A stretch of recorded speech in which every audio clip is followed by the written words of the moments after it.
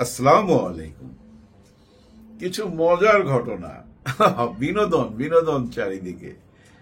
এক নেতা গেছে লালবাগ।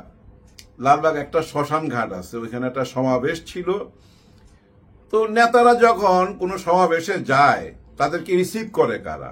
স্থানীয় যারা নেতা কর্মী আছে তারাই তো না, নেতার চারিদিকে থাকে। কারণ এখানে মিডিয়া আছে, ক্যামেরাতে চেহারা দেখানোর একটা ব্যাপার আছে। যাই হোক, নেতাকে এভাবে গাড়ি থেকে ধৈরা না, ঠিক চারিদিকে গার্ড দিয়া নিয়া মঞ্চে উঠাইছে। নেতা এখন বক্তব্য রাখবে। বক্তব্য রাখার আগে দেখে যে ওনার মোবাইলটা নাই। কে এই নেতা জানেন? গায়েশ্বর বাবু। গায়েশ্বর বাবুর মোবাইল নাই। হায় হায় হায়, কি সর্বনাশ! এখন বক্তব্য সব রাইখা ওইখানে বলা হইতাছে, কেউ যদি এই মোবাইলটা নিয়ে থাকেন দিয়ে দেন, 5,000 টাকা পুরস্কার দেওয়া হবে। এই মোবাইল অন করলে সঙ্গে সঙ্গে আপনাকে পুলিশে ধরবে। ভয়টাই দেখাইতেছে আর কি, মোবাইলটা ফেরত পাওয়ার জন্য। কিন্তু কেউ দেয় নাই। গায়েশ্বর বাবু তো একজন গুরুত্বপূর্ণ নেতা। এখন চিন্তা করেন, এই মোবাইলটা যার হাতে গেছে তার ব্যক্তিগত অনেক কিছু জেনে যাবে তো। কারণ হোয়াটসঅ্যাপ মেসেঞ্জারে অনেক কিছু লেখালেখি হয়। কি সর্বনাশের কথা না? কিন্তু প্রশ্ন হইল যে নেতার আশেপাশে কারা ছিল? চোর চোর ছিল ভাই নেতার আশেপাশে। নাইলে নেতার মোবাইল চুরি হয় কেমনে এত বডিগার্ড থাকতে? বুঝছেন ব্যাপারটা? এর মধ্যে আরো কি মজার ঘটনা ঘটছে জানেন? যে ডাক্তার সাবরিনা আছে না, একজন ডাক্তার সাবরিনা। এই ডাক্তার সাবরিনাকে তো আপনারা চিনছেন তাই না? আওয়ামী লীগের আমলে আওয়ামী লীগ করতো, এখন আবার বিএনপিতে ঢুকছে। এই সাবরিনা সময় পাইলেই কই যায় জানেন? জিয়াউর রহমানের ওই যে কবরস্থান আছে, জিয়া উদ্যান, ওইখানে চলে যায়। ওখানে শান্তি পায় আর কি। 2 দিন পর পরই যায়। আজকেও গেছিল, আজকে না গতকালকে বোধহয় গেছিল। বাস, ছাত্র দলের পোলাপান সাইজ করে দিছে। সাইজ করা মানে হাত তোলা না, অপমান অপদস্থ করে ওইখান থেকে তাড়াইছে। না তারা কি করবে দেখেন, যদি এরকম ঢুইকা যায়। আরেকটা ভিডিও দেখলাম, অনেকগুলা মহিলা, সুন্দরী সুন্দরী মহিলা, ওনারা মুনাজাত করতেছে, আল্লাহর কাছে দোয়া চাইতেছে তারেক রহমানের জন্য। পাশে কিন্তু ওই যে গায়েশ্বর বাবু, উনিও মুনাজাত করতেছে। আমি চিন্তা করলাম, উনি তো সনাতন ধর্মের মানুষ, উনিও কেন মুনাজাত করতেছে? তখন চিন্তা আসলো, ও সামনে তো নির্বাচন আসতেছে না, মুনাজাত তো ধরতেই হবে। উনি কিন্তু একটা মারাত্মক কথা কইছিল। জ্যোতিষী তো, পুরানা রাজনীতিবিদ তো, অনেক দূর পর্যন্ত দেখতে পায়। বলছিল কেয়ামত পর্যন্ত নাকি জামাত ইসলাম কোনোদিনই ক্ষমতায় আসতে পারবে না। কেয়ামত পর্যন্ত। বুঝছেন কত দূর দেখতে পায়, ভবিষ্যৎবাণী করতে পারে। আপনাদের যদি কারো কোনো ভবিষ্যতের ব্যাপারে জানার ইচ্ছা থাকে, ওনার সঙ্গে যোগাযোগ করতে পারেন। যাই হোক, দেখেন উনি যখন বলতেছে কিয়ামত পর্যন্ত ক্ষমতায় যাইতে পারবে না জামাত ইসলাম, ওই টাইমেই আমেরিকা থেকে একটা বিরাট সুখবর আসছে। আমেরিকানরা নাকি জামাত ইসলামকে ক্ষমতায় দেখতে চায়, এরকম একটা কথা কিন্তু ছড়ায় গেছে। ওরা 5টা গুণের কথা বলছে। এর মধ্যে সবচেয়ে বড় গুণ কি জানেন? যে ওরা শিক্ষিত। জামাত ইসলামের সবাই শিক্ষিত, ওরা বিজনেস মাইন্ডের। চিন্তা করেন, ওরা যে বিজনেস মাইন্ডের এটা তো আমরাও জানি। ওনাদের হাসপাতাল আছে, কলেজ আছে, স্কুল আছে, ব্যাংক আছে।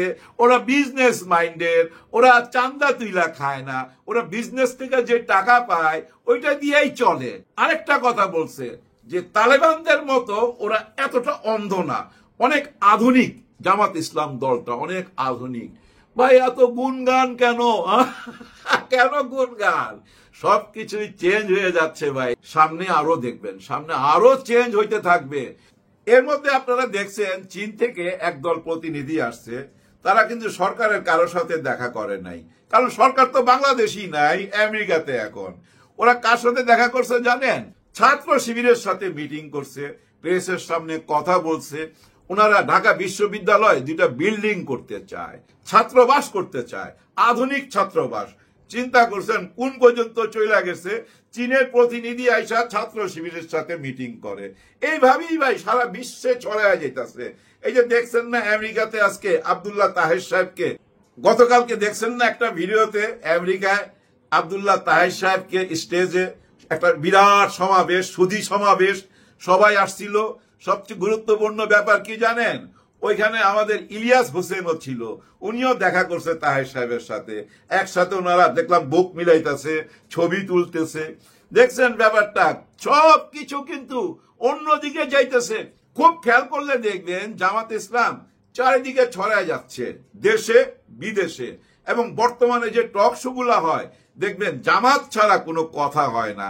এর মধ্যে আমাদের ওই যে রুমিন ফারহানা, উনি তো ভালো বক্তা, উনি আবার একজন গবেষকও। উনি গবেষণা করে বাইর করছে 380টা মব হয়েছে বাংলাদেশে, 380টা মব হয়ে গেছে বাংলাদেশে। তখন পাশে থেকে এবি পার্টির বন্ধু সাহেব ওনাকে বলল, এই যে 380টা মব হয়েছে এর মধ্যে বিএনপির কয়টা, ওইটা কি হিসাব করে বাইর করছেন?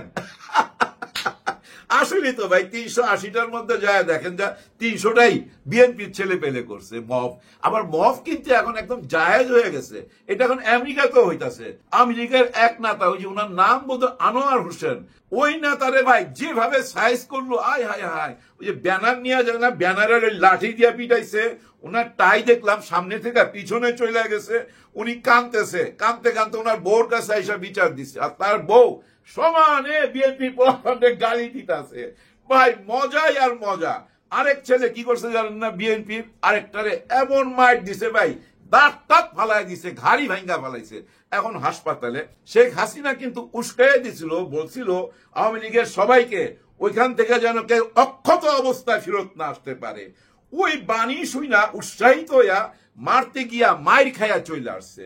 কি একটা ঘটনা দেখেন, শেখ হাসিনা একজন প্রধানমন্ত্রী ছিল, তাই না? ওনার কি দোষ আছে না আছে এগুলো যদি আমরা সাইড করেও রাখি, একজন প্রাক্তন প্রধানমন্ত্রী তো যত দোষী করুক না কেন প্রধানমন্ত্রী তো ছিল। একজন প্রধানমন্ত্রী কি এরকম বলতে পারে, ওই কেউ যেন অক্ষত না আইতে পারে, মার ধর, এগুলা কি বলতে পারে? ভাই বলতে পারে না। আসলে হয়েছে কি জানেন, উনি 16 বছর ওই যে মার ধর, এরে ধরে নিয়ে ওরে ঢুকা আয়না ঘরে, এগুলো করতে করতে একটা নেশা হয়ে গেছে। ওই নেশা থেকে বুঝছেন এখনো চালায় যেতেছে। আর এই বেচারারা সব মাইর খাইতেছে। ঢাকায় 800-র উপরে জেলখানায় ঢুকছে, 800-র উপরে গত এক সপ্তাহে। ভাই কেউ ছাড় দিবে না ভাই, পুলিশ কিন্তু ঘুরা দাঁড়াবে। এই নির্বাচন আসার আগেই পুলিশ ঘুরা দাঁড়াবে। এখন নির্বাচন হবে কিনা এটা কিন্তু অনেকের মধ্যে সন্দেহ, বিশেষ করে যারা টক শো করে দেখবেন ওইখানে একটা প্রশ্নই করে সবাইকে, নির্বাচন হবে কিনা, নির্বাচন হবে কিনা। মানে এই প্রশ্নটা কইরা টক শুটারের জমায়। ওদিকে কিন্তু ডক্টর ইউনূস স্যার দেশের মাটিতেও বইলা গেছে, বিদেশে যায়ও বলছে জাতিসংঘের ওইখানে যে আমরা ফেব্রুয়ারিতে নির্বাচন করতেছি, কিন্তু সেটা কানে নিচ্ছে না। কানে নিচ্ছে কি, এনসিপির অমুকে বলছে নির্বাচন হবে না, এনসিপির অমুকে বলছে নির্বাচন হইতে দিবে না, ওগুলা কানে নিয়া টক শুটার জমাইতেছে, ওদের কথা বলে। ইউনূস স্যার যে বললো নির্বাচন হবে এইটা নিয়ে কিন্তু আলাপ করে না, আলাপ করে এনসিপির কে কি বললো, জামাতের কে কি বললো, শিবিরের কে কি বললো, এইসব নিয়ে। ভাই সার্কাস সার্কাস। এর মধ্যে একটা ভিডিও দেখলাম জানেন, ওরা ময়লা সাফ করবে, রাস্তাঘাটের ময়লা সাফ করবে। মিটিং হয়েছে, যে মিটিং থেকে যারা চলে গেছে মুড়ির ঠোঙ্গা এইটা সেটা পানের পিক টিক যা ফেলছে এগুলা পরিষ্কার করবে। কিন্তু ওইখানে কি করছে জানেন, আগেই ময়লা ফেলতেছে, ময়লা ফেলা তারপরে পরিষ্কারটা দেখাবে। ওইটা আবার কে জানি ভিডিও করছে গোপনে, ওইটা ওরা ফেসবুকে ছাইরা দিছে। মানে ময়লা ফেলতেছে যে ওইটা গোপন ভিডিও করে ফেসবুকে ছাইরা দিছে। আর আমাদের দেশের কিছু বেকার চ্যানেল আছে না, ওই বেকার চ্যানেলের ক্যামেরাগুলো হাজির, কারণ ওনারা এখন ময়লা সাফ করবে রাস্তাঘাটের, ওইটা দেখাবে, দেখাইতে তো হবে ময়লা সাফ করে কেমনে। হায় রে নাটক, এগুলা দেখে না, এগুলা খায় না মানুষ, এগুলা খাওয়াইতে পারবেন না কোনো কারণেই। এখন মানুষ শিক্ষিত হয়ে গেছে, তো আমার মতো মূর্খ লোক এখন দেশে কমই আছে। দেখেন না আমেরিকান আলারা বলতেছে জামাত ইসলামের মধ্যে শিক্ষিত লোক বেশি, গণতন্ত্রের চর্চা বেশি, বিজনেসম্যান বেশি। হায় হায়, ট্রাম্প জি তো বিজনেসম্যানদেরকে পছন্দ করে, তাই না? ওই অঙ্কেতে দেখেন এখন জামাত ইসলামের প্রশংসা হইতেছে। ও ভিডিওটা শেষ করার আগে গোলাম মাওলা রনি সাহেব আপনাকে বলতেছি, আপনার অনেক শখ ছিল ট্রাম্পের সাথে ডক্টর ইউনূস স্যারের ছবি দেখার, অনেক শখ ছিল না? এখন আপনি দেখে নেন, ডক্টর ইউনূস স্যারের পেজে দেখে নেন, ওই ছবিটা দিছে আপনার জন্য ট্রাম্প জি এবং উনার পরিবার, আর এদিকে ডক্টর ইউনূস স্যার এবং উনার মেয়ে। হায় হায়, কি উজ্জ্বল হাসি মুখে সবাই ছবি তুলছে। ওই ছবিটা গোলাম মাওলা রনি সাহেব আপনার জন্য। ডক্টর ইউনূস স্যারের সম্মান আপনারা দিতে পারবেন না, আপনাদের কাছে সম্মান চায়ও না। তো আপনাদের ক্যারেক্টার বুঝা ফেলাইছে। উনি তো প্রথমেই বইলা দিছিল যে এরা আমার সামনে একরকম কথা বলে, বাইরে যা আরেক রকম কথা বলে। এই যে দুই মুখা কথা উনি প্রথমেই বুঝা ফেলাইছে, প্রথম 1 মাসেই বুঝা ফেলাইছে ক্ষমতায় আইসা। তারপরে উনার স্টাইলে উনি চলতেছে। ওদিকে আরেকটা ঘটনা ঘটছে জাতিসংঘের দপ্তরের সামনে। আন্তর্জাতিক বিষয়ক সম্পাদক মনে হয় উনি, বিএনপির আনোয়ার হোসেন খোকন, ওনাকে যা অপমান অপদস্থ করলো ওনার নিজের লোকেরাই, কিন্তু নিজের দলের লোকেরাই ভুয়া ভুয়া ভুয়া, হায় হায়, উনি লজ্জায় লাল হয়ে গেছে। নিজের দলের কাছে এরকম অপমান কেউ আশা করে? আপনাদের মনে আছে আওয়ামী লীগের যে ওই যে একজন আছিল না, কি জানি নাম, ও কাউয়া কাদেরই তো বলতো। ওই কাউয়াদের পতনের আগে ওনাকেও কিন্তু ভুয়া ভুয়া বলে স্লোগান দিছিল ছাত্রলীগের পোলাপান।